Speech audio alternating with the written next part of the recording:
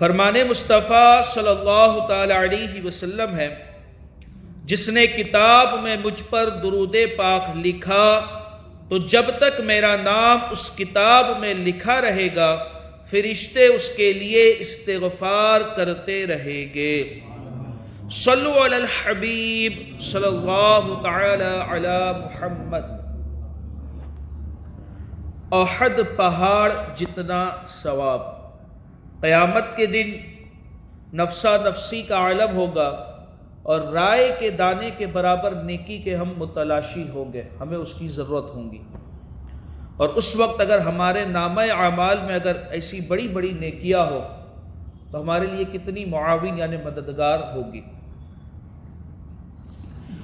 حضرت سیدنا ابو ہریرہ رضی اللہ تعالی عنہ نے کہا کہ سرکار مدینہ سلطان باقرینہ قرار قلب و سینہ فیض گنجینہ صلی اللہ تعالی علیہ وسلم نے ارشاد فرمایا کہ جو شخص ایمان کا تقاضا سمجھ کر اور حصول ثواب کی نیت سے، اس نیت سے نہیں کہ اگر میں نہیں جاؤں گا تو دوست ناراض ہو جائے گا، ہماری رشتہ داری ٹوٹ جائے گی، پھر وہ ہمارے یہاں کبھی نہیں آئے گے، ایمان کا تقاضا سمجھ کر اور حصول ثواب کی نیت سے اپنے گھر سے جنازے کے ساتھ چلے، نماز جنازہ پڑھے اور دفن تک جنازے کے ساتھ رہے، اس کے لیے 2 قرات ثواب ہے،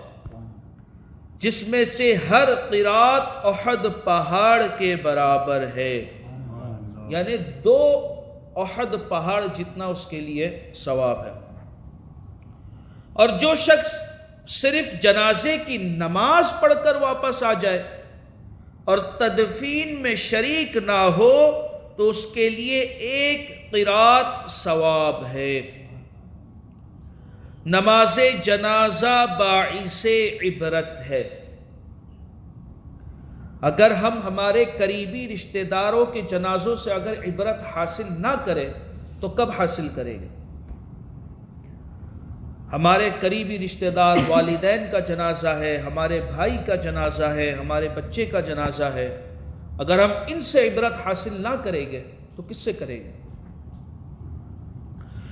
حضرت سیدنا ابو ذر غفاری رحمت اللہ تعالی علیہ کا ارشاد ہے، مجھ سے سرکار دو عالم نور مجسم شاہ بنی آدم رسول محتشم صلی اللہ تعالی علیہ وسلم نے فرمایا، قبروں کی زیارت کرو تاکہ آخرت کی یاد آئے۔ قبروں کی زیارت کرو تاکہ آخرت کی یاد آئے، اور مردے کو نہلاؤ کہ فانی جسم یعنی مردہ جسم کا چھونا بہت بڑی نصیحت ہے۔ مردہ جسم کا چھونا بہت بڑی نصیحت ہے۔ اگر ہمارے دلوں میں خوف خدا ہوگا جبھی تو ہم نیکیوں کی طرف راغب ہوں گے نا۔ اور نماز جنازہ پڑھو تاکہ یہ تمہیں غمگین کرے، کیونکہ غمگین انسان اللہ عز و جل کے سائے میں ہوتا ہے۔ غمگین انسان اللہ عز و جل کے سائے میں ہوتا ہے۔ جس کے دل میں خوف خدا ہوگا وہ گناہوں سے بچے گا اور نیکی کا کام کرتا ہے۔ ہم ہمارے گھر والوں کے لیے بہت کچھ کرتے ہیں، ہے نا، کہ ان کا فیوچر اچھا ہو جائے، ان کی لائف سٹائل اچھی ہو جائے، ان کے لیے ہم بہت کوششیں کرتے ہیں، مگر کیا ہمارے قریبی رشتہ دار میں سے اگر کسی کا انتقال ہو جائے تو کیا ہم اسے کفن پہنا سکتے ہیں؟ کیا ہم اسے غسل دے سکتے ہیں؟ کیا ہم اس کی نماز جنازہ پڑھا سکتے ہیں؟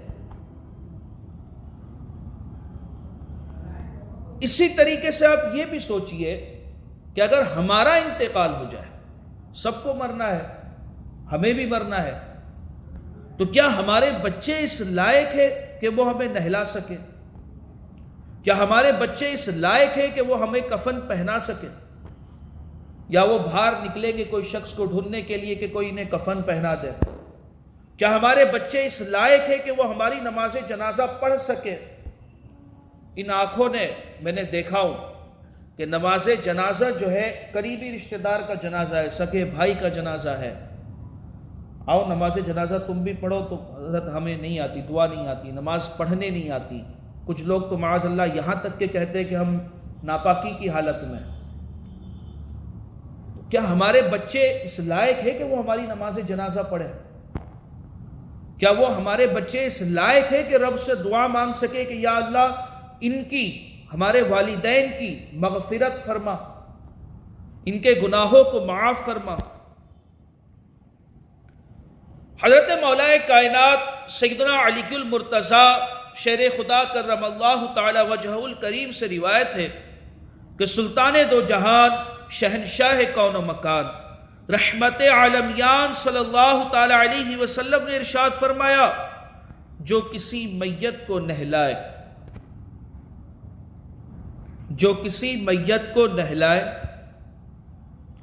کفن پہنائے، خوشبو لگائے، جنازہ اٹھائے، نماز پڑھے، اور جو ناقص یعنی کچھ کمی اگر نظر آئے اس شخص میں، کوئی ناقص بات نظر آئے، اسے چھپائے۔